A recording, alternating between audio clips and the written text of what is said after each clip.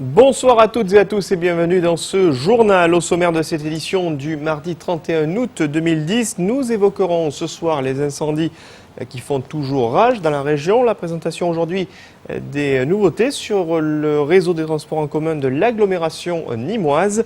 Enfin, nous reviendrons sur la présentation du dernier ouvrage du journaliste et caricaturiste nîmois Eddy Ponce. Mais nous ouvrons cette édition avec l'information nîmoise de la journée.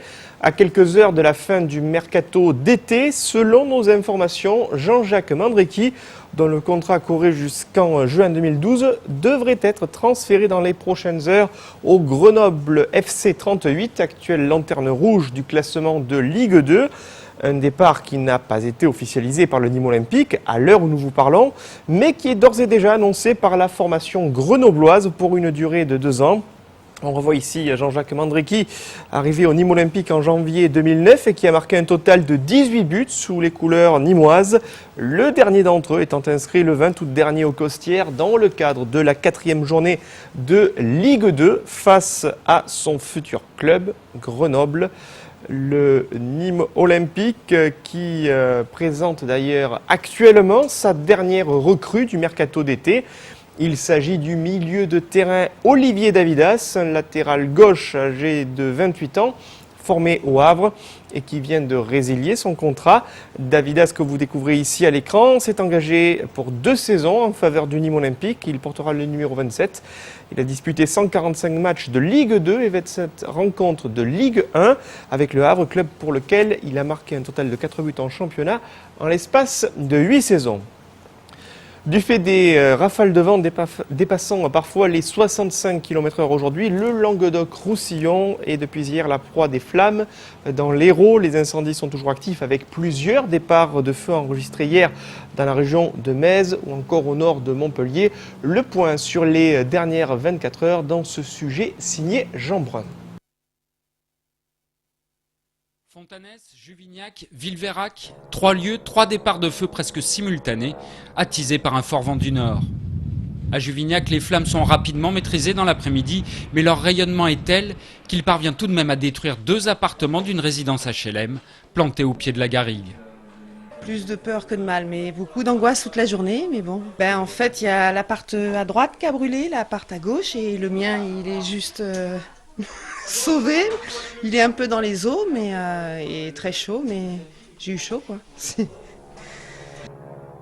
Plus à l'ouest, tout près de l'abbaye de Valmagne, le Mistral et la Tramontane poussent les flammes vers le sud. Très vite, l'incendie saute l'autoroute A9 à hauteur de Loupian pour arriver dans Metz. Vers 21h30, avec l'appui de moyens importants, les pompiers de l'Hérault parviennent à contrôler ce feu, après qu'il eut englouti près de 800 hectares de pinèdes. La nuit est tombée. À Fontanès, le pire est à venir pour les pompiers qui reçoivent des renforts des départements voisins. Bientôt, le front des flammes atteint 12 km de long. Par précaution, plusieurs habitations sont évacuées. Le vent ne faiblit pas. À Assas, le maire s'inquiète. Et là, on est à 500 mètres de la zone artisanale. Je vais aller faire un tour au PC. Plus à droite, je pense, la zone artisanale. Je vais faire un tour au PC des pompiers. Presque 1 millier d'hommes sont engagés sur le terrain. Rien ne semble pouvoir arrêter ce dernier feu qui, au milieu de la nuit, inquiète le préfet présent sur les lieux. Nous avons concentré quasiment tous les moyens disponibles, mobilisables, donc pour arrêter le feu vers le sud, sur son flanc sud, pour protéger Montpellier, disons la banlieue nord de Montpellier. C'est-à-dire qu'il ne faudrait pas que le feu atteigne Téhéran. Toute la nuit, les pompiers vont lutter pour contenir les flammes et recevoir enfin l'aide des moyens aériens au petit matin. Et la situation reste également critique sur le département du Gard où d'autres départs de feu plus ou moins importants ont été signalés dans la journée. Sur ces images tournées cet après-midi par Olivier Michel, vous pouvez constater qu'un feu de haie s'est déclaré à Nîmes sur le boulevard du président Salvador Allende dans un secteur proche du lycée Philippe Lamour.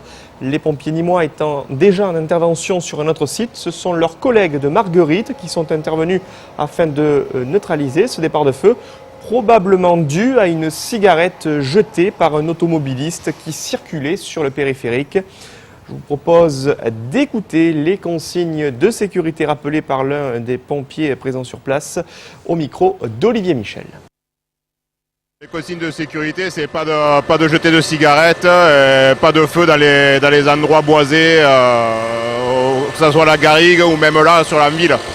C'est une grosse période à risque avec ce vent et puis après un été sec. Tout à fait, là depuis quelques jours de vent, pas de pluie, ça augmente les risques.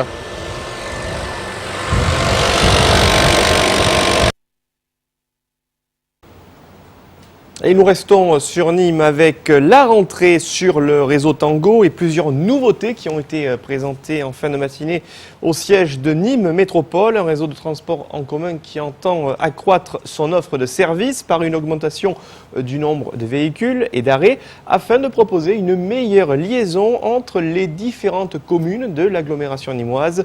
De nouveaux services que nous présente Olivier Michel. Tarifs inchangés, parc complété de 11 véhicules neufs et nouveaux points de vente en gare routière, telles sont les principales nouveautés de la rentrée de Tango. Un réseau en constante évolution sur les villages de l'agglo, comme le prouve l'aménagement de 40 arrêts supplémentaires. Les transports collectifs, de plus en plus, autour de Nîmes et dans nos villages sont réclamés à juste titre avec tout le confort qu'on leur doit. Donc les points d'arrêt, c'est le souci actuel, c'est de sécuriser le maximum de points d'arrêt autour de Nîmes, de manière à ce que les enfants ou les personnes qui prennent le bus soient en capacité de le prendre dans la sécurité la plus totale. Point noir de cette rentrée, les travaux en centre-ville nîmois. Afin de minorer leur impact, Tango prévoit des renforts de lignes et d'amplitude. Malgré les travaux, nous maintenons l'offre et nous essayons d'apporter toujours le même service de qualité aux clients, mais nous renforçons également l'information sur le terrain à l'aide de personnes qui portent un gilet jaune qu'on peut identifier facilement et qui, dans les premiers jours de chaque nouveau travaux, peuvent apporter des informations, donner des renseignements aux clients de manière à ce que les clients puissent se retrouver plus facilement sur le réseau et puissent se repérer. Le réseau Tango sera à découvrir gratuitement le 15 septembre prochain lors de la journée du transport public, puis du 16 au 22 septembre grâce à des coupons qui sont ou seront distribués dans vos boîtes aux lettres. Et une information qui concerne 2 communes du Gard. La préfecture annonce aujourd'hui les dates des scrutins pour les élections municipales pour les communes de Saint-Gilles et de Bagnols-sur-Cèze. Le premier tour de ces élections se déroulera le dimanche 10 octobre, le deuxième tour éventuel le dimanche 17 octobre. Les candidatures pour le premier tour de scrutin pourront être déposées au bureau des élections de la préfecture du mercredi 15 septembre au jeudi 23 septembre. Un tirage au sort permettra de déterminer l'ordre des affichages. La campagne électorale pour ces élections partielles débutera le lundi 27 septembre à minuit et se terminera la veille du scrutin. Toujours à minuit. Rappelons que les démissions intervenues au cours de l'été au sein des conseils municipaux de Bagnols-sur-Cèze et de Saint-Gilles ont entraîné dans les 2 cas la vacance du tiers au moins de chacun des 10 conseils. Retour au sport avec l'événement du dernier week-end au Parnasse qui voyait la tenue d'un grand tournoi de handball réunissant plusieurs centres de formation. Une compétition ouverte aux moins de 18 ans qui a permis de tester les aptitudes des nouvelles générations de handballeurs et notamment celles des jeunes nîmois de l'USAM qui ont remporté leurs 3 matchs face aux équipes de Montpellier, d'Istres et Chambéry. Rappelons que l'USAM a étoffé cet été son centre de formation et que son équipe réserve évoluera cette année à National 1 avec plusieurs nouveaux éléments en provenance de Célestat, Montpellier, Valence ou encore Villeurbanne. Petite revue d'effectifs avec Alain Bello.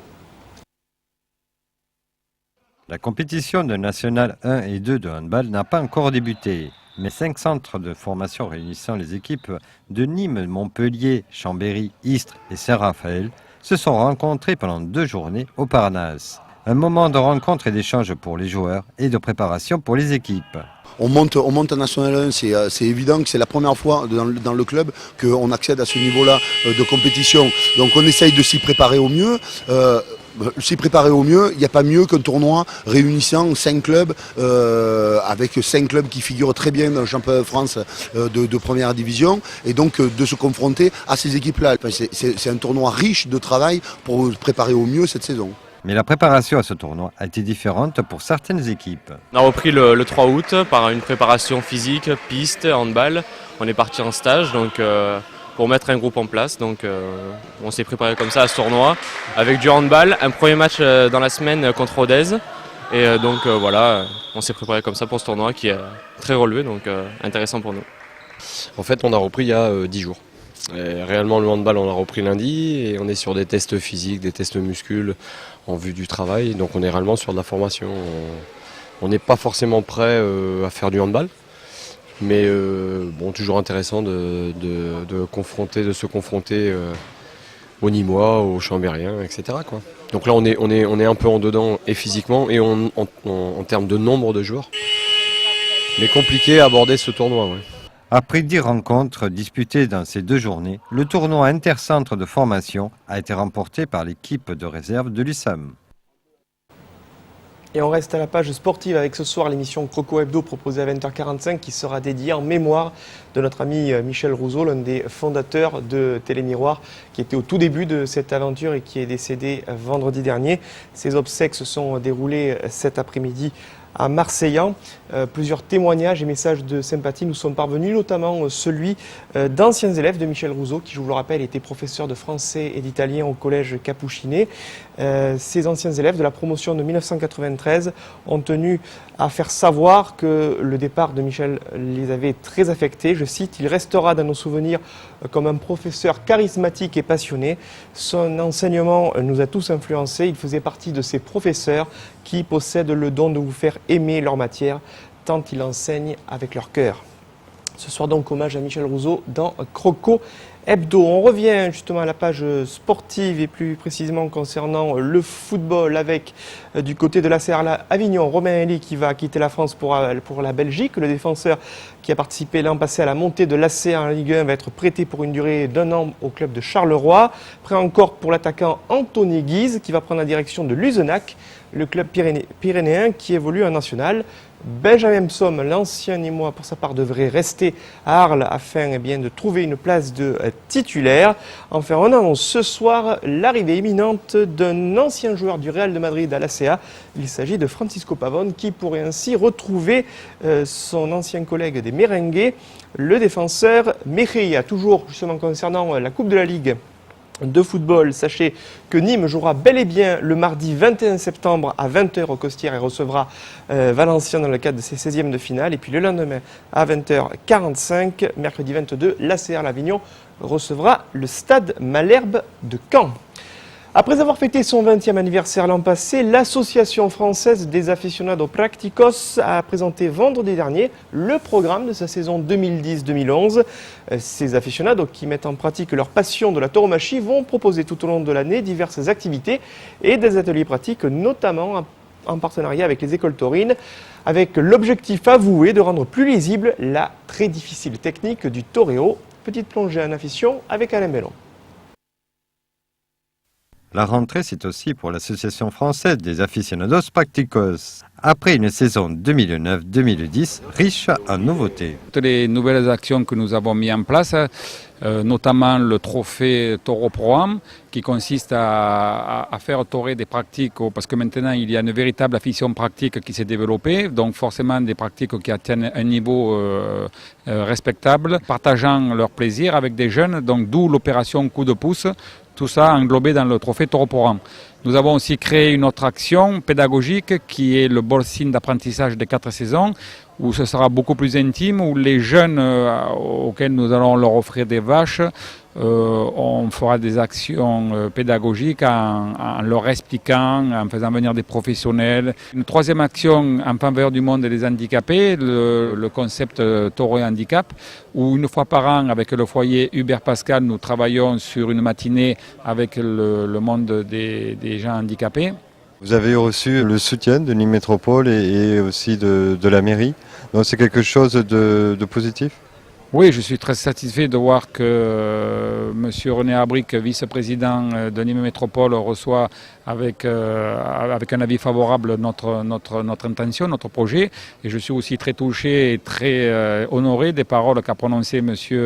Valade l'adjoint à la culture et à la tauromachie, de nous présenter comme une association indispensable à 3 dimensions. Des nouveautés seront au rendez-vous pour la saison 2010-2011, comme une action spécifique dans les quartiers de Nîmes.